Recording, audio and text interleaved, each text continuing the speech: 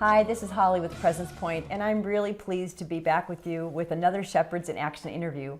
I'm here today with Cindy Brakeman, and we are in Central California. And if you've ever been on a trip and come home and said, oh man, that couple we met, they're just so cool, we're going to be friends for life. And that happened, like we're friends for life. So 4 years ago on a trip to Israel, we sat behind them on a bus, and it was like, that was it. We were just like compadres. It was good. And it doesn't seem like it's been 4 years. No, it seems like it's been so much longer, so it's pretty sweet. Anyway, so I wanted Cindy to be part of a Shepherds in Action interview, and I'm really thrilled you said yes, because she's doing something that not everybody's willing to do. So Cindy is a retired high school English teacher. If you can see the books, if you could see all the books in this room, you'd be like, wow, maybe 5,000 volumes in the end. It's a fabulous 1.5-story library at their home, which is just gorgeous. But she's also done something after retirement that always makes me nervous, and that's like local elected office.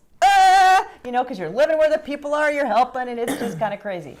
But Cindy serves on the Board of Trustees for a large high school district in Central California. And so as I've watched her run for that office, as we've watched her in that role, especially during the year of COVID. So we're recording this in May of 2021, and so kids are just going back to school this week on campus, and it's just been a crazy year and a half almost. And in that process, we've watched her shepherd really well and give great care to the decisions that she helps make in that role. So I'm going to ask her the 3 questions we always ask. Where do you shepherd? Well, I shepherd obviously at home because I have grown children, but I have grandchildren, and we have talked over the months about having a granddaughter, 13-year-old granddaughter, doing schooling here, and this is her schoolroom. So she's till just this week? Till just this week. Okay. They went back full-time yesterday, and so, and she's a 7th grader, so going back yesterday was really her first time to be back at junior high that she'd never been to before. So it's kind of a... It was a multiple big deal. Yes. Yeah. Plus she's 13. Yeah. So just add all that into Everything's that. a big deal when you're a 13-year-old girl, right? Yes, yes. But I also have grandsons, and so one is a freshman in high school. So last 2 weeks ago, he started back. So first time he had been on the high school campus. So it's been an interesting... It's been an interesting year, an interesting couple of weeks. But you did mention that we're a large high school district. Well, we're the largest high school district in the state of California. Crazy. And we have 45,000 students, around 4,000, 4,500 staff members between teachers, administrators, instructional assistants, cafeteria workers, bus drivers, police officers. We're huge. So you have your own your own police force in that district, right? We're the 3rd largest police force in Kern County. Which is crazy. Yes. I mean, to think about that, if you're the parent of a teenager or a high school student or a grandparent of a high school student, you think, why do we need a police force? I mean, I always think, why do we need them? But we know why we need them. It's just we didn't. We and wish it's we did, it's less about the students on campus and more about what can happen when someone else comes on campus. Right, so that you don't want to be there. Right. So shepherding at home, yes. Wife, mom, grandma, also in a business role because you're involved in the board of the business your husband runs, right? Yes. So there's that role, but then this board of trustees role. So it's a real multiple. You got like 5 multifaceted shepherding roles. And I laugh when you said why run. That is the question I get most often. Why would you run? I'm one of those people, as a teacher, I was a classroom teacher, but as also an academic leader, as a department chair at the high school that I taught at. I opted to run and be a union rep for our school, and not so much because I'm a big lover of unions, but I want to know. I want to know what's going on. I want to know how you make decisions for teachers and for our schools. And so that's part of when I retired, why I wanted to be a trustee. I want to know how those decisions are made, and I wanted to be a part of that. So it's really interesting. We've got people who are watching who go, oh, union rep. I know those people. And you've got other people going, yay, union rep. That's my club, right? And it's interesting is as we've watched you in that role and we've watched you do what you do, you're really this neutral party who says, I'm not anti or pro. I just truly want to know how you're doing what Right. you're doing, Right. and how you're balancing it. So we've watched you, as we talked about the shepherding role when we first met in Israel, because we were looking for every shepherd and sheep, as you can imagine, that we could find when we were there. But in that role, we talked about provision, protection, and presence. So pick a couple of those and talk about how you use that in your decision-making process as a trustee member of a high school district. Well, I think I have to go back to when I was a teacher. And so there's several things that happen when you're a teacher. There's what you're legally bound to by the state education code, which is a big blue book that I have over there somewhere. You're bound by union rules because we are a member of a union. So the state code says this, and then the union kind of takes it a step further.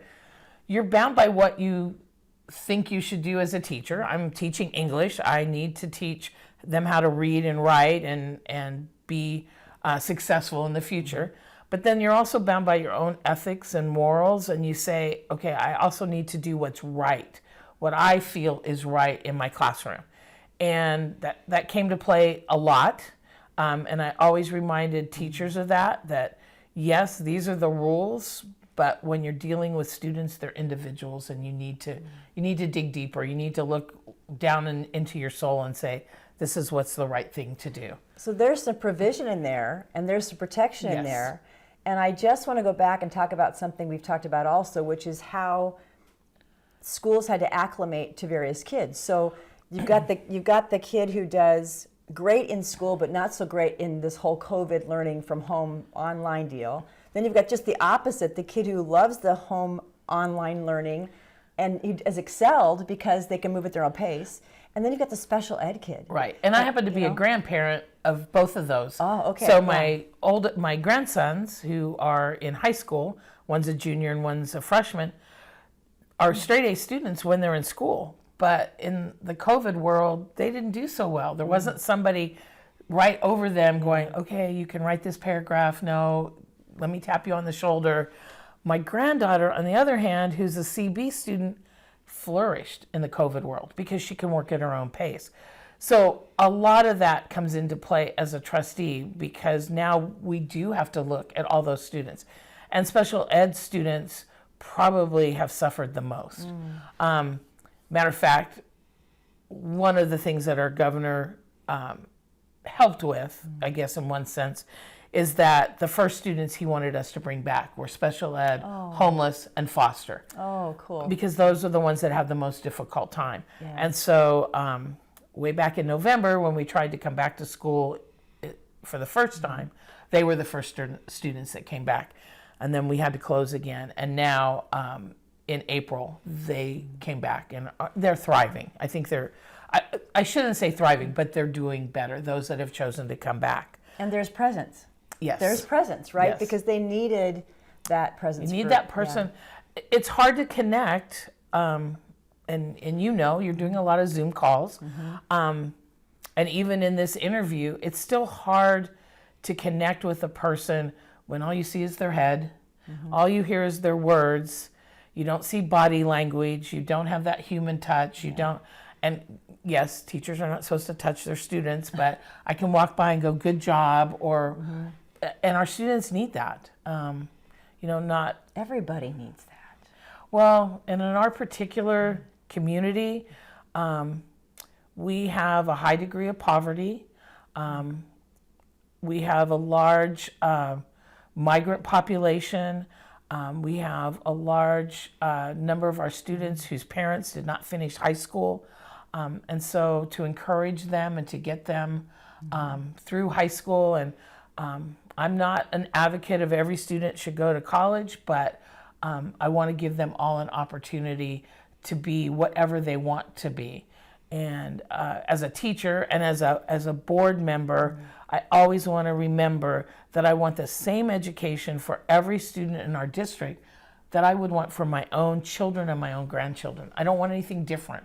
And so while only the superintendent reports to us, and there are a lot of decisions that are made that we don't necessarily have to vote on, when it goes well, we don't get any credit. When it goes bad, why did the trustees let that happen? And so we have to always think about our population, not just our students, not just our staff, but our community as a whole. So I'm going to throw a question in I didn't prepare you for. Okay. So brace yourself. So give her some grace, okay? Because as you were talking about this, I'm picturing like a word of encouragement, or even how you did this and how you do this, in the sense of 45,000 students you don't see a lot of, or Right. then these 4,500 or so employees, but you really only have one direct report. So how do you kind of funnel the shepherding in your heart? In fact, we talked yesterday about the wisdom and knowledge, right? Right. I'm writing an article, and she was critiquing it for me, and she was scared to death, I think, to hand it to me when we got back to her house last night. I didn't use a red pen. No, thank goodness. And she did give me a grade. I'm so grateful for that. But there was this knowledge and understanding that's necessary of a shepherd's heart, right? So, and we know that best comes from the Father. Right. So how do you incorporate that when you're on a board with others who may not be believers? It is hard. I do know that there's at least one other believer on the board, and so that's kind of Which is nice. cool. And our superintendent is a wonderful Christian man who I pray for. I think you have to, again, I have to look at the law. And now as a trustee, I not only have to look at California Ed Code, but I have to look at federal law and state law that supersedes. And there's a lot of issues that come to the board. And I don't want to get into all those, but transgender bathrooms, and should staff members carry guns, and we just finished a lawsuit over discipline and expelling students of color. And so we have equity issues, and we have to look at all of those. But again, we have to do what's right for students. Mm-hmm. And so you have to go back to, in my mind, I go back to, what would God want me to do? How would God want me to handle this? And it's not always the way people think. Mm-hmm. I got elected because I was an ex-teacher, and there have not been a lot of teachers on our board. And so I think sometimes the teachers think I have their back. I do, until it's not the best for students. And so again, I have to constantly go back to, what would God want me to do? Am I looking out for teachers? Am I looking out for parents? Or if I'm looking out for students? My first role is to educate children. Because the entire purpose of the high school district is to educate children. 9th through 12th graders, right? And then I can start looking at the other layers. But it's always, what would God want me to do? Which is a great, really, it's kind of like a great side note of this interview, is all about your mission. What is your mission? What is your mission? What is your mission? If you keep going back to what the mission is, what the mission is, what the mission is, and answer every question through that lens, right. Your question is right? If your mission's correct, your question's right, and then your answer should be as well. So with all of that in mind, what word of encouragement would you have for other shepherd leaders, either shepherds who are grandparents of kids who are struggling in COVID schooling, or shepherds of local elected positions, or shepherds in a role like you have, where you're serving on a board, you're one vote, and you may not be serving with believers? I'm going to talk about the one vote first. Okay. I think you have to vote your conscience. I think you have to be willing to take a stand and say no. And I've been the one vote against a few things, and it's made me popular, and it's made me not popular. So, but you have to do that. So what do you truly believe? Because your calling is to report with the Father. Right. We have an audience of one. And I'm not, and that's not to say we don't discuss religion on the board. I don't throw religion into that. But I think everything we do has to reflect who we are at our core. And if at the core I'm a Christian, then it has to be reflected in what I do and what I say. To go back to the word of encouragement for parents and teachers during COVID, you know what? The year's almost over. I do follow Facebook because there's a lot of comments and things that you want to make sure that you cover and let teachers and parents know. They're not always friendly, they're not always nice, but you still read the comments. There was a comment made by somebody who's was in the middle of the war in Sarajevo and talking about how much time they'd missed school. And they made the comment that, guess what? I missed this much school, but it didn't affect me because I was able to make it up. I think, yes, we have a lost year because as much effort as teachers have put in, and trust me, you may not think your teachers put a lot of effort in, but they've had to pivot in a very difficult and a very quick time frame. They have put effort, and I think just to encourage your students when they go back to school to do, just pay attention, get back to that idea of going to class every day, and not to worry, not to focus on the learning loss. Don't focus on whether you had a football game or didn't have a prom. Let's just get back to this is normal life and move on and know that God's in control. This didn't come as a surprise to him. Right. He didn't say, oops, how'd COVID happen? Right. And encouraging the teachers, probably, right? Yes, Because and that's hard. And that's really hard because teachers are used to being in their classroom, and while everybody has a different opinion of whether teachers work hard or don't work hard or they get summers off, they're used to being in their classroom from a certain time, 8 o'clock in the morning or whatever time their school starts to 3 or 4 or 5, and often at our campuses you'll see teachers' cars till 6 and 7 o'clock at night, and then go home. And school is school and home is home. And now school has come to home, and they're answering emails at midnight, and parents are calling them at all times of the day and night, and they're trying to balance home, school, parents, all of that. And so give them some grace. They deserve some grace. Good teachers, bad teachers, they've all had to pivot, and so we need to give them grace. And our example is the Good Shepherd, right? Our example for shepherding it all completely is the Good Shepherd. So how much grace does he give us, right? Yes. So that was really, there was this whole Sarajevo comment, and there was powerful because they said, I missed school, but it was okay. And it hasn't stopped me in life. And I think we have had such a reminder that God is in control. He is in complete control. And he's reminding us, hello, a lot of you forgot me, but I got this. And I think if anything comes out of this year, that should be the lesson. Slow down, listen to me. Spend time with the people that you love. Other things are not as important. If you miss an assignment, it's a missed assignment. If you don't get to go to Target, it's okay. I'm still going to provide everything that you need. And I think that's the big lesson is there are things that we think are important that really aren't. Our connection to our families and to God are really what is important. So we've heard provision in how you do that with your direct report and for an entire district, and protection, thinking about the kids that struggled in COVID, even bringing them back first, right? And then I heard presence in the encouragement piece with your students, with the teachers. I mean, there's a huge shepherding role in what you've done.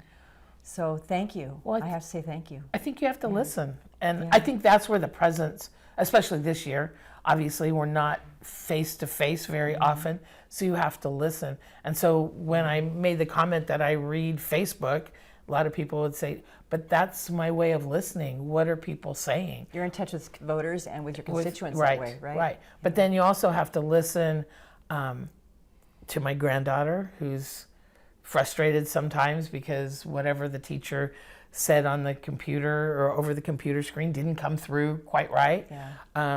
We struggle through computer issues. So we have to listen. And then I think the biggest thing is listen to what God's telling us. Where's God leading you? Where's God directing you? And you can't do that if you're not listening. So now you see why we wanted to do a Shepherds in Action interview with Cindy Brakeman. It's quite a unique position. Everybody's been in unique positions, it seems, the last year and a half or so, but it's a unique position to have the responsibility in that high school level of you're sending these kids off into the world, whether it's college, trade school, military, or work. Right. You're like the final prep spot, Right. educationally for them, other than their parents, which really still is number one. And so thank you. Thank you for taking the time. And I want to, a little emotional, I don't know quite why, except I want to pray. And I want to pray for you too, because it feels like we're coming out of it, but not really. You know, we got right now India and Egypt both in such difficult places with COVID, and still trying to just journey through what all this looks like. So before we finish this, I'm going to pray for Cindy, and I'm going to pray for you. So Father, thank you for this woman. Thank you for just how she has led beautifully and shepherded so well in her role. And Lord, I pray for the other trustees in this specific school district, as well as their superintendent, Lord, that you would give them wisdom and knowledge so far beyond themselves. Lord, you'd bring them back to the central focus of everything, which is you and the student in this case. And Father, I pray for those who are watching, who might be teachers or trustee members or local elected officials who also feel they need this prayer on them at the moment. I pray, Father, that where they are and where they're watching, you would reach your hand down, your sweet, good, great, and chief shepherd hand on their shoulder, and let them feel your presence, and let them know that you have fully provided and will provide for them, and Lord, that they are completely protected in you. So Father, I give you this day and this moment and this woman and her family and what they're doing here. And I ask you, Father, to multiply her effort over and over and over again, and to use this time in her words to honor and glorify you. In your precious, almighty, powerful name, Jesus, we ask these things. Amen. Amen. Thanks so much for joining us. It has been a thrill to sit with Cindy like this, and kind of a formal role when we're pretty informal. I know. And also, hopefully, a thrill that you can hear part of her words of wisdom. Thanks for joining us. I hope this Shepherds in Action interview will help you live indeed deeply into your calling. Bless you.